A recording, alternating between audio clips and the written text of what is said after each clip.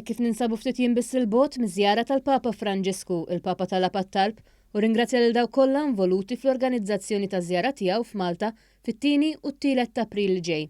Lejn tmiem l-indirizz tiegħu fl-udjenza tal-Erba', Papa Franġisku spjega kif fit-tmiem din il-ġimgħa huwa se jkun fil-Gżira ta' Pawlu, għalli huwa qed iħares il quddiem biex jiġi Malta u jsegwi l-passi ta' San Pawl.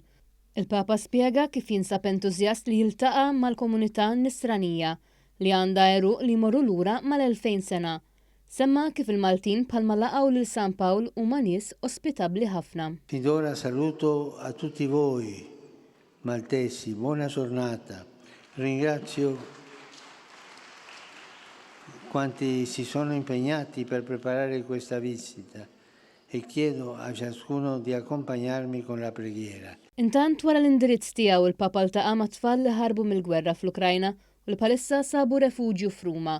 Fil-messaġġ tiegħu il-Papa qal kif permezz ta' din il-laqa niftakru fil-monstrosità li toħloq gwerra u għandna nkomplu nitolbu li l-krudeltà tal-gwerra titwaqqaf.